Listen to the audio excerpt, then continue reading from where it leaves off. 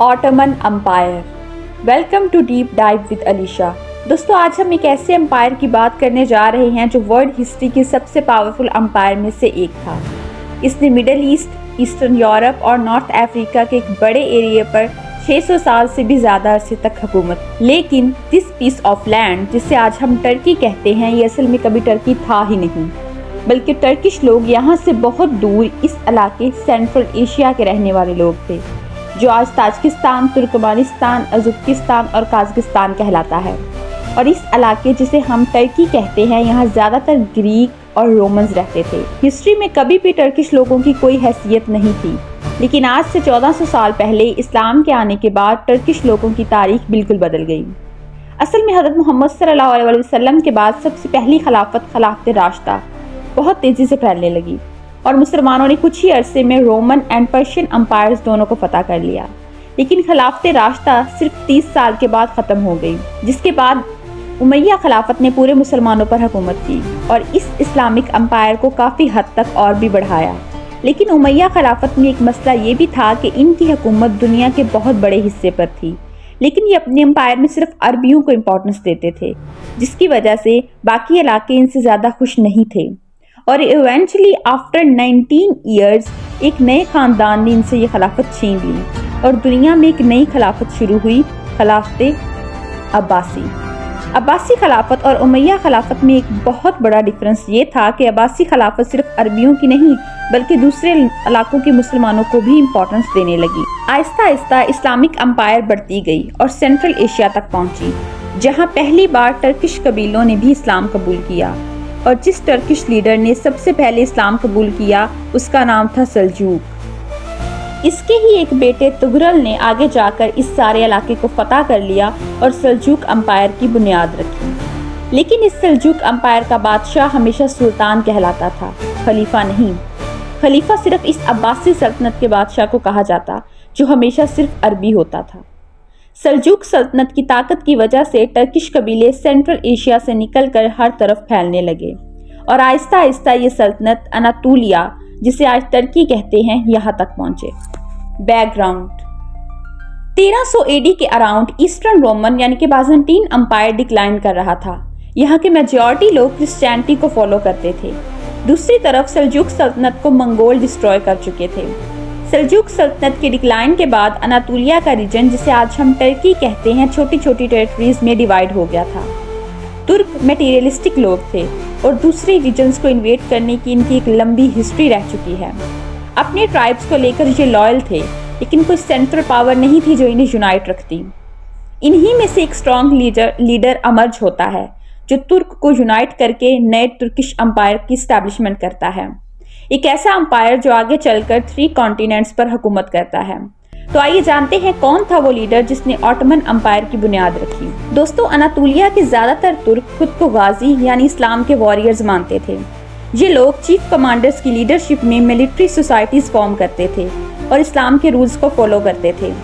Late 13th century में बाज़ंटाइन empire की कुछ टेरिटरीज को तुर्किश गाजियों ने रीड करना शुरू किया। इनमें सबसे सक्सेसफुल गाजी का नाम था उस्मान। अपनी सक्सेस के दम पर 1300 से लेकर 1326 के दरमियान उस्मान अनातोलिया में एक छोटा सा मुस्लिम स्टेट स्टैब्लिश कर लेते हैं, जो आगे जाकर माइटी ऑटोमन अम्पायर बनता है। उस्मान के बेटे औरहान दूसरे ऑटोमन लीडर थे। ये खुद को सुल्तान डिक्लेयर करते हैं। 1361 में ऑटोमन्स बाज़ंटीन अम्पायर की second most important city Adrianople को कैप्चर कर लेते हैं। इसका प्रेजेंट नाम एड्रिन है और ये मॉडर्न तुर्की में लोकेटेड है। और इस तरह अनातोलिया से एक नया तुर्किश अम्पायर राइज करना शुरू करता है।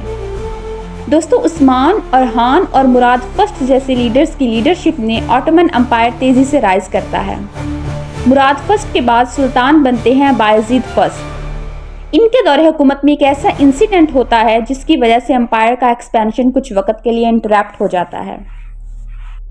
दोस्तों, 1400 में सेंट्रल एशिया के समरकंद का एक कनकरर ऑटोमन अम्पायर के एक्सपेंशन को हर्ट कर देता है, जिसे तैमूर लंग कहते हैं। ये वही तैमूर था जिसने 1398 में तुगलक डायनेस्टी के दौर में सब कॉन्टिनेंट को इन्वेड किया था।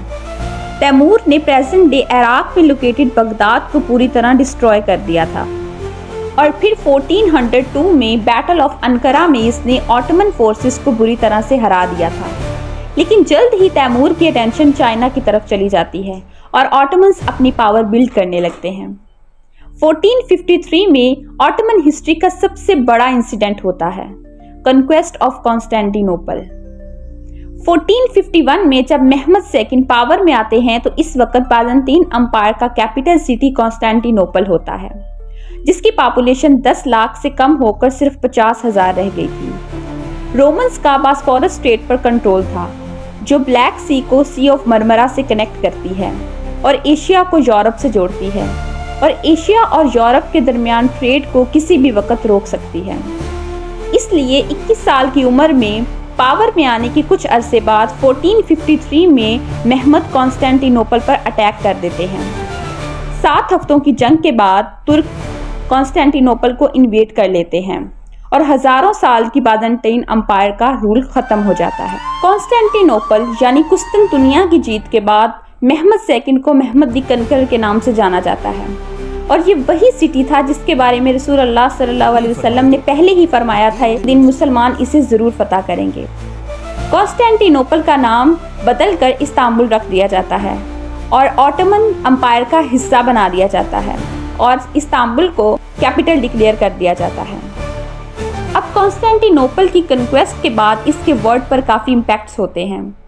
दोस्तों, कॉन्स्टेंटिनोपल का फॉल मीन्स रोमन अंपायर का एंड। इससे यूरोप में एक तरह का पावर वैक्यूम क्रिएट हो जाता है, क्योंकि रोमन अंपायर अपने टाइम का एक स्ट्रॉन्ग पावर था और क्रिश्चियनिटी का स्ट्रॉन्ग होल्ड हुआ करता था। इसकी जगह अब ऑटोमन अंपायर ने ले ली थी, जो कि एक इस्लामिक पावर था।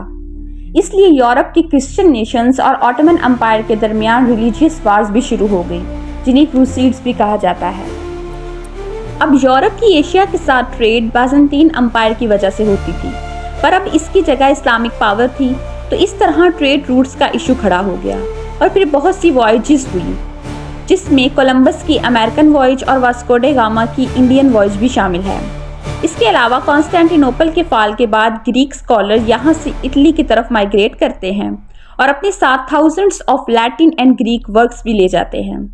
इन्हीं क्लासिकल टेक्स्ट की रिकवरी के बाद यूरोप में रेनेसा की शुरुआत मानी जाती है। बाज़ंतीन अंपायर को जीतने के बाद ऑटोमन्स एशिया और अफ्रीका में इन्वेजन करते हैं। लेकिन दोस्तों, ऑटोमन अंपायर के बादशाह इस वक्त भी सुल्तान कहलाते थे, खलीफा नहीं। खलीफा तब भी अब्बासी खिलाफत के बादशाह को कहा जाता था, जो अरबी थे। लेकिन इस्तांबुल फतह करने के 50 साल बाद एक उस्मानी सुल्तान सुलेमान ने सब कुछ बदल दिया। इसने यूरोप से तवज्जो हटाकर इजिप्ट में ममलूक सल्तनत पर हमला करके इसे तबाह कर दिया और सिर्फ 1 साल में ऑटोमन अंपायर के साइज को डबल कर दिया।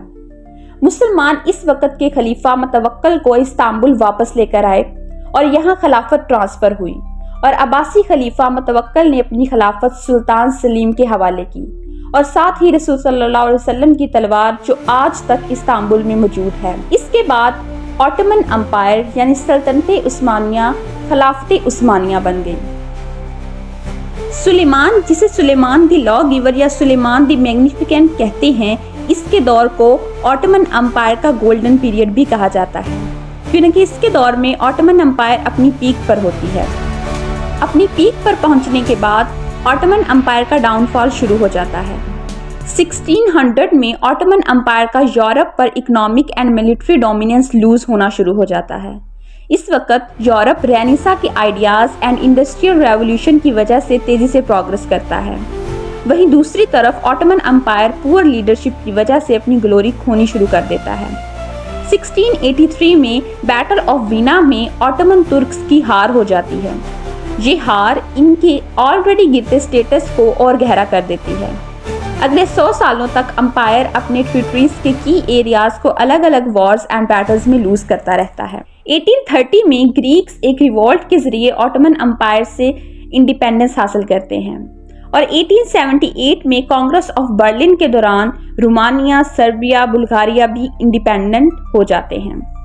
इसके बाद 1912 और 1913 में हुए बाल्कन वॉर्स के दौरान ऑटोमन अंपायर यूरोप की अपनी सारी टेरिटरीज को खो देता है। वर्ल्ड वॉर 1 शुरू होने के दौरान ऑटोमन अंपायर पहले ही डिक्लाइन कर रहा था। ऐसे में ये अपने अलाइन जर्मनी, ऑस्ट्रिया और हंगरी के साथ मिलकर वॉर में इंटर होती है। 1918 में इन्हें डिफीट मिलती है और ज़्यादातर ऑटोमन टेरिटरीज को बरतानिया, फ्रांस, ग्रीस और रशिया के बीच में डिवाइड कर दिया जाता है और ऑटोमन एम्पायर ऑफिशियली 1922 में एंड होता है, जब ऑटोमन सुल्तान का टाइटल ख़त्म कर दिया जाता है। और 29 अक्टूबर 1923 को मुस्तफ़ा कमाल अतातुर्क की लीडरशिप में तुर्की को रिपब्लिक डिक्लेयर कर दिया जाता है।